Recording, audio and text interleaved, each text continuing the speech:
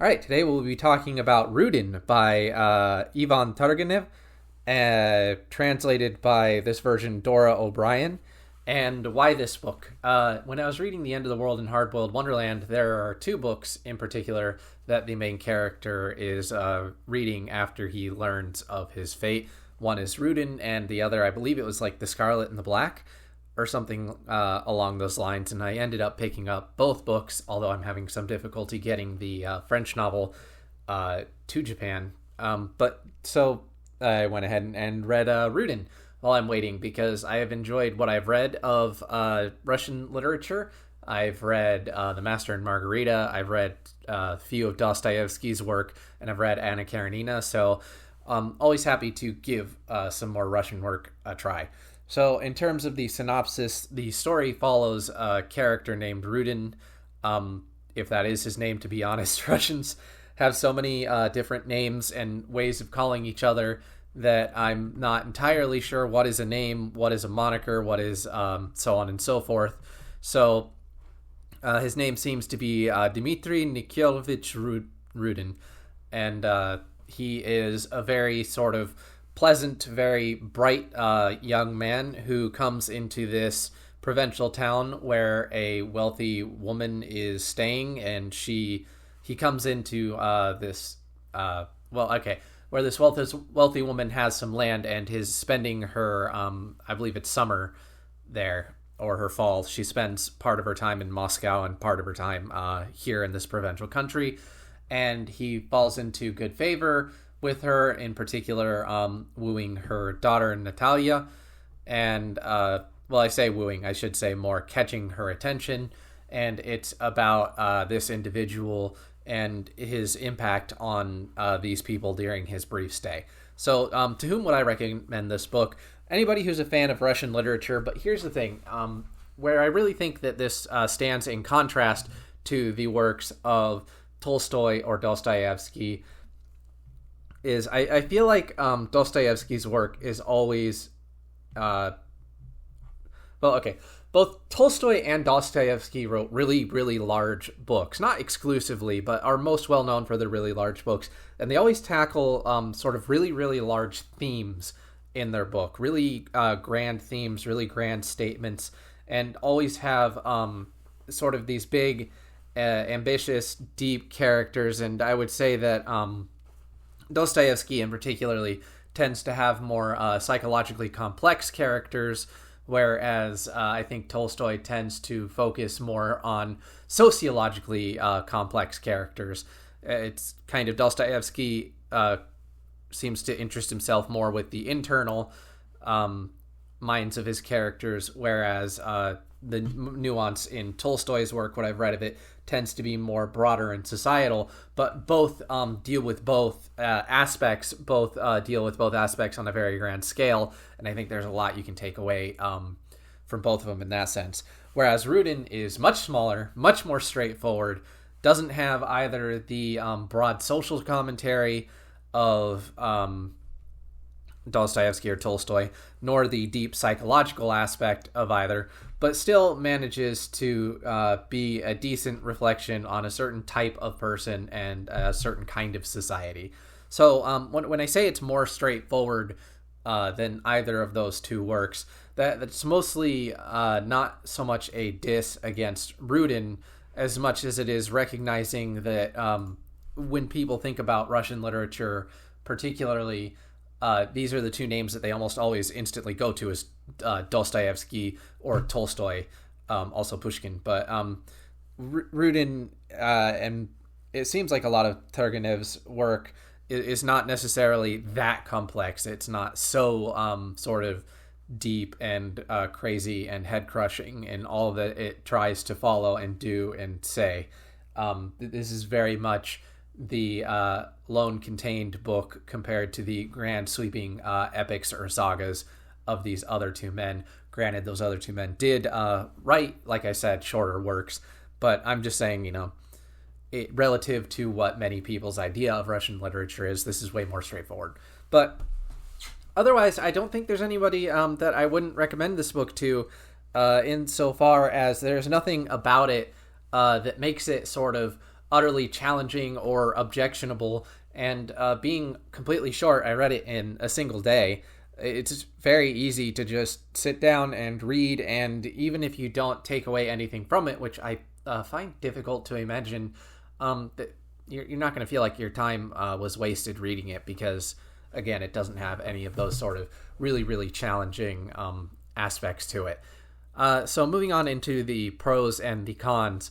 The pros, like I said, it still has the social commentary and stuff that I enjoy of Russian literature, sort of highlighting and observing the sort of character of individuals and their places in society.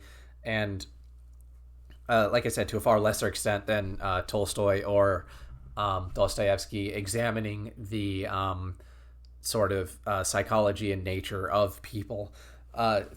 But I would say a con, again, is that it doesn't quite go as far as those two. There is a point in the book towards the end where it jumps ahead 2 years, and then in the epilogue jumps ahead several years in order to show you the sort of after effects of what happens in the story. We're not in spoilers yet, so don't worry. And it's here that I can very easily imagine were this a Dostoevsky, were this a Tolstoy, this whole thing would have been filled out, and the events at the manor could have been expanded more, and you could have easily ended up with a 600-page book. Such is sort of the implied depth of what's going on here. Such is what I can see from these characters. And on the one hand, this is absolutely a pro, but on the other hand, it can kind of be a con in the sense that the characters don't quite come into their own as characters, I feel like, beyond, one or two actions here and there that really highlight their sort of characters or personalities. So, for instance, you have one man, Lezhnev, Lezhnev. I don't know how to quite pronounce his name. But at a certain point in the book, he declares his love for another individual and requests that she marry him. And while he's always been pleasant towards her, there wasn't really anything much to that point which suggests that the two of them would be particularly attractive, or not attractive, but attracted to each other. Aside from the fact, the book says that they're friends, shows them being friends, but doesn't really give that kind of foundation to the relationship. It just kind of happens, and that it is kind of justified after the fact by, telling us that this is, how they feel for each other, and so on and so forth. And that's fine, ultimately. I'm not here trying to say that that's a bad thing or anything, just... it can go either way. Like I've said in the past, I prefer more building and depth to the characters. But in terms of what I've said about themes, every character does seem to more or less reflect the themes of the story, mostly by more or less reacting to Rudin, who himself, the type of person he is the sort of dogmatic central theme of the story. So in that sense, there's not a lot of depth or complexity to the characters as individuals, I would say, outside of Rudin. But you could also say that there doesn't necessarily have to be. And given that the book is short and given that it is so focused, I don't want to really hold that against the book either. And the sort of final con that I would say, and this is a really, really personal thing, is that I'm not a fan of what happens to Natalia in the end. And I can't really explain why without spoilers. So since this is the last con, I'll go ahead and say right now, here's my spoiler warning. I'm going to go into spoilers from here on out and then sort of transition into themes. But this is a short book. Go ahead, pick it up, read it. Like I said, very quick, very short.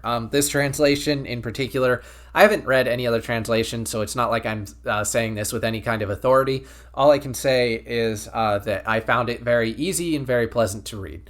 So the con, that I don't like what ends up happening with Natalia, is she, Alexander's brother, Volnistiev. Volnistiev? These Russian names, I love them, but I cannot pronounce them.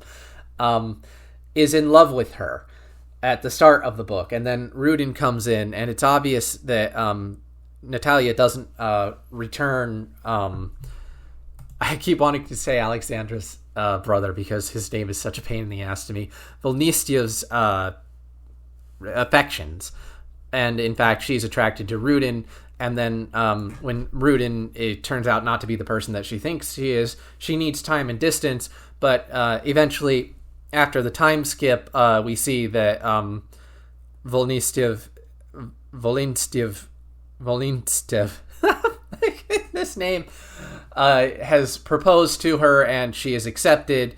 And everybody's kind of like, well, she's going to be the one sort of wearing the pants in the relationship, but they'll be happy together. And I know it's an older book, a very, very old book, but I just kind of find it frustrating as to how the idea that, well, I guess since Rudin didn't work out, she's just going to go and end up with this guy who clearly liked her and is clearly a good guy, but that she didn't really feel anything about before. And without seeing anything from her perspective, it just kind of feels kind of contrived to me. Like, well, this is kind of what happens in the story because he liked her and his feelings were more honest, and Rudin, who she was attracted to, turned out to be not what she expected. Well, I guess she's just kind of destined to go back and end up with the first guy, which, I'm not a fan of that, personally. Not when it was so clearly established that she likes him, but that she doesn't feel so romantically towards him. And you can talk about, well, there's more to it than just romance, and I agree, but that aspect is never really gone into, and I just wish, if you're going to go that route, I think it should have been better justified. As it is, it just feels contrived to me.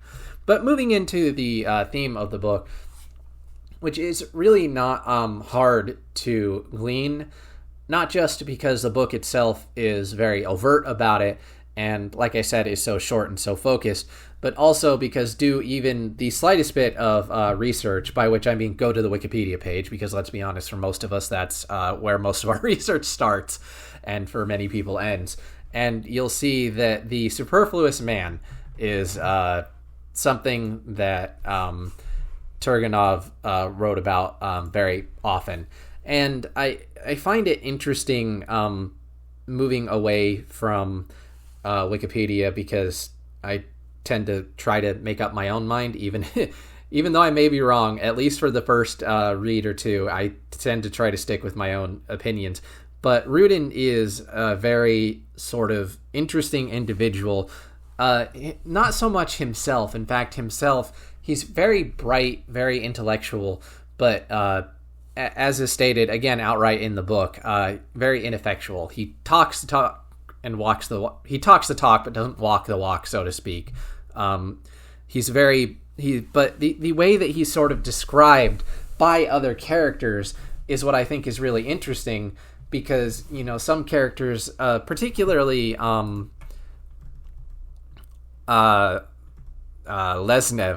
it's Russian names.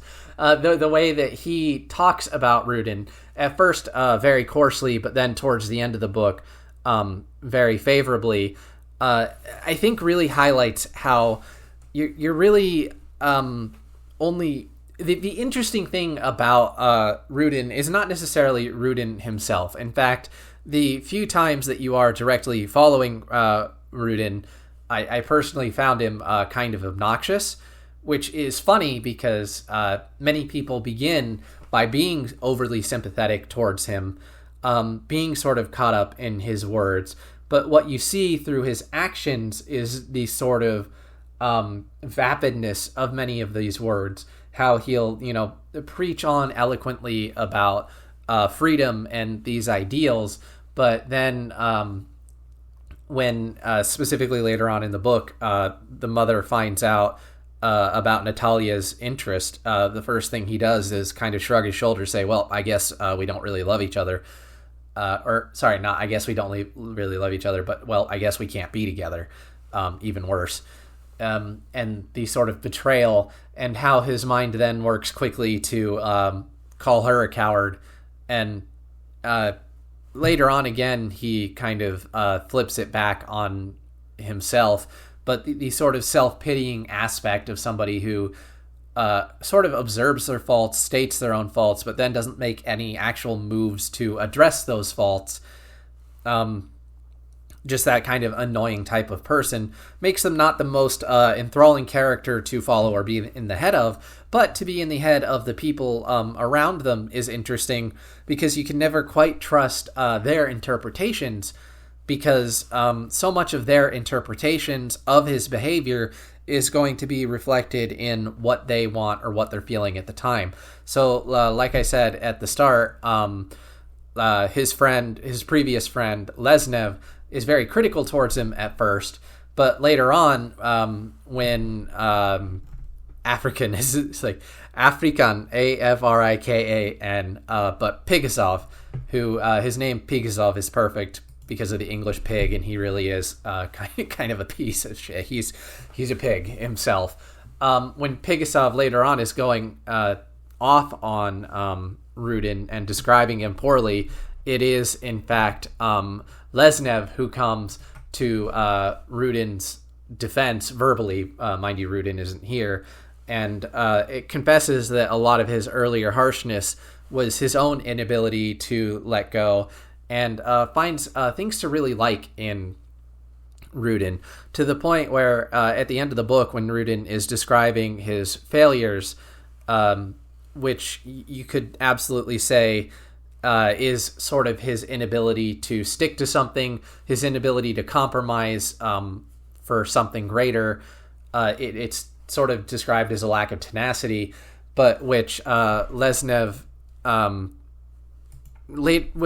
charitably associates as Rudin's unwillingness to deviate from the truth, to stick to his sort of quote-unquote ideals. But is this true? Is this not true? Again, how everybody describes Rudin seems to be heavily rooted in how they can sort of use him.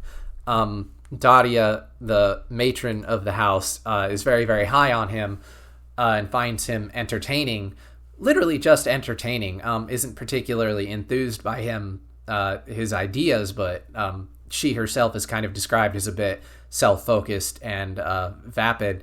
But, at first she's favorable towards him, but then once she finds out he's in love with his daughter, or with her daughter, or she thinks that he's in love with her daughter, as we've said already, he's really not, but he doesn't realize that. She becomes very cold towards him. At the same time, Natalia I won't say, because she is more or less actually the one who suffers from his indecisiveness, from his bizarre lack of a core of self. Lesnev describes it as not having a core character, not having anything that he believes himself, and having everything be ideas of others. And again, what I'm trying to sort of say here is almost everything that we know about Rudin, we hear from other people, and is very much filtered towards their own perceptions for him. So Natalia is, again, in love with him at first, but once she's sort of confronted with his emptiness, she even burns the letter that he sends to her, which I absolutely think was the right choice, and good on her. And it makes the fact that she ends up marrying Volinistev all the more odd to me, because she does show a real strength of character and a growing up after her encounter with Rudin. But likewise, the fucking names. Volinistev at first doesn't really like Rudin, but it's mostly due to seeing him as a romantic rival for Natalia. But then when Rudin comes, he sort of ends up being borderline violent towards him, to the point where he's about ready to rush off and have a duel with him. So suffice to say, he has nothing charitable to say about Rudin, And it's in his uncharitableness that we start to see Lesnev slightly ease up on his own hatred of Rudin. So in that sense, what you have is every character, we really only understand Rudin through the characters and reactions of others. But at the same time, it's interesting because Rudin himself is described as being an adequate descriptor of people and characters.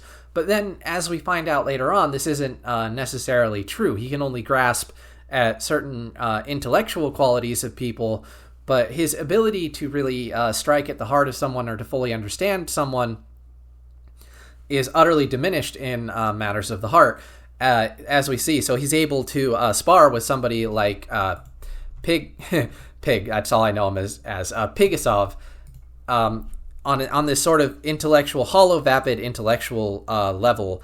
And when I say hollow, vapid, I don't mean that it's strictly empty philosophizing, as I said, pontificating over nothing. But this sort of tit-for-tat words with nothing really at stake. There he's able to spar and quite easily defeat his opponent in a verbal game. But when it comes to understanding Natalia, when it comes to understanding Volinstev, I've changed that name every time I said it. Anyway, when it comes to understanding these people, he's always convinced that he understands them, but he doesn't understand them at all. He constantly refers to Volinstev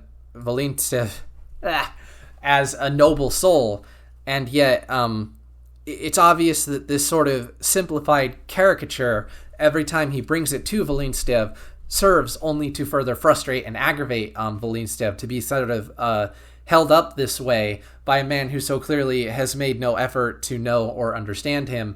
And the same could be said of Natalia once she finally realizes that all his claims to understand her are really nothing more than empty words. And this sort of ends up reflected later on in the story when we see him talking about his time as a tutor at a school, where he is talking about his time. Well, he's recounting his time there during his final meeting with Lesnev, where he's talking about how he's very popular to his students, would give them high marks, and put his all into this teaching. But most of the time, his lectures weren't really understood by the students. And this is really kind of my great personal takeaway from Rudin as a character. Is he's great on details, great on sort of big words and grand verbal gestures and flourishes. But when it comes to the actual core content of what he's saying, it's really quite empty and has no grounding to stand on. And this is why he mentions that he thought he'd prepared an hour worth of material. He went up with it, and it turned out it only lasted 20 minutes. And to me, like, granted, yes, I, as a teacher, have very much experienced this, thinking that you have material that's going to last the whole class, and it turns out it only took 5 minutes. I've also experienced the opposite, where I thought we could easily get through something in 2 classes, only to have it take all week. So in that sense, I can give some leeway, but also it feels so encapsulating of Rudin's character to think that he has all this grand things and grand understanding going on, but to really have nothing. And furthermore, it even drives into his own understanding of himself. I mentioned earlier his sort of self-pitying ways, his ways that he always claims to know his flaws, but to be sort of unable to do anything about them. He mentions at one point an endeavor to try and turn a river into a navigable river, and there was, you know what, I'm just going to look up the quote. I'm going to look up the exact quote. I'm going to stop this recording and look up the exact quote, because this is half-assed, one-cheek books, fuck it. Oh, sorry. I need to correct myself. It was actually before he describes his 3 failed endeavors. He says, as you say, I had no tenacity. I was never capable of building something, and it's hard, my friend, to build when there's no soil beneath your feet, when you have to create your own foundations. And to me, this reminds me so much of some of the modern people that I've seen who talk about the struggles that they have with success. And mind you, I'm not saying this as if there isn't a growing wage gap, as if housing in like the United States isn't utterly unaffordable, as if there's not a whole lot of problems and barricades to people and their success. I'm not saying that, but within this sort of grand spectrum of humanity, I have seen a type of person, and in some ways I've been that type of person in the past, who attributes their own failings or their own lack of dedication to seeing things through to a sort of lack of support from others. Rather than putting in the effort to build that foundation, they go in expecting the foundation to already be there, and when it's not, rather than buckle down and build it, they end up going at it for a little bit and then just bailing out and blaming everybody else for the problems. And granted, Rudin does, to a certain extent, own it, but how much does he own it? The sort of self-pitying nature, the way that he throws shade at Pig at the beginning of the story, ends up almost in many ways being emblematic of himself. So ultimately, what makes the novel work for me is the amount of nuance that there is to Rudin as a character. Even when he himself fails to succeed, he does encourage and inspire some people to change their behaviors or towards greater things. We see that in the tutor of the children, Basistov, who continues to be his friend through thick and thin, and doesn't tire of his stuff and continues to find him a genius. So, I absolutely agree that there is a genius to him, but whether or not he's fundamentally good at heart, whether he's fundamentally empty at heart, there's sort of all these complications that in essence form a character. And that this story is so focused on Rudin that it's the very name of the book. This is his story, this is his character. And like I said, you don't spend a whole lot of time in his head, but you see so much of his character reflected in other people. But in that way, you're really only seeing him through other people, through people's reactions to his behavior. And the one thing that you really see of his behavior ends up making him quite deplorable and unlikable. But is there not an element of truth to what Lesnev is saying at the end, that you weren't willing to compromise? It's respectable. The concept of not being willing to compromise and hold true to your ideals is respectable, but only insofar as up to a point. Having ideals is one thing, and it's very important, but ultimately, if having your ideals means that you accomplish absolutely nothing, and in fact pave the way for the people who stand in opposition of your ideals to do what they want because you could not compromise in any way, then what value is there really in your ideals? And I think that that's not something that the book brings up explicitly, but I definitely think it's something the book implicitly kind of asks with this kind of person and this kind of character. And to bring it to a close, the book ends with the June Day uprisings in France and Rudin being shot and killed. And it's really tragic because even here, he's not a leader. He's not a great inspirer of anybody. He's just rises from the rubble with a saber and a flag, holds it up grandly, and then is shot down and killed. And the two people nearby note that they shot the Pole. They mistake his Russian for a Pole. His Russian. They mistake him being a Russian for him being Polish. And there is something in there about Rudin never appreciating Russia, and Mother Russia and nationalism is something that shows up in a lot of Russian literature. And that aspect of the story I won't pretend to understand, but I have to acknowledge it and recognize it because it is part of the story, even if I don't understand it. And I do think it's important that anybody who listens to this should understand that that aspect of it I don't understand. But that that he ends up dying so insignificantly and in such a way that he is not even recognized is tragic, and exactly the kind of end that he was inevitably going towards. And had he been the type of person who could reflect and actually improve himself and develop that tenacity, then definitely he could have been a very impactful person. But he wasn't, and this is where he ended up for it. And sometimes that's life.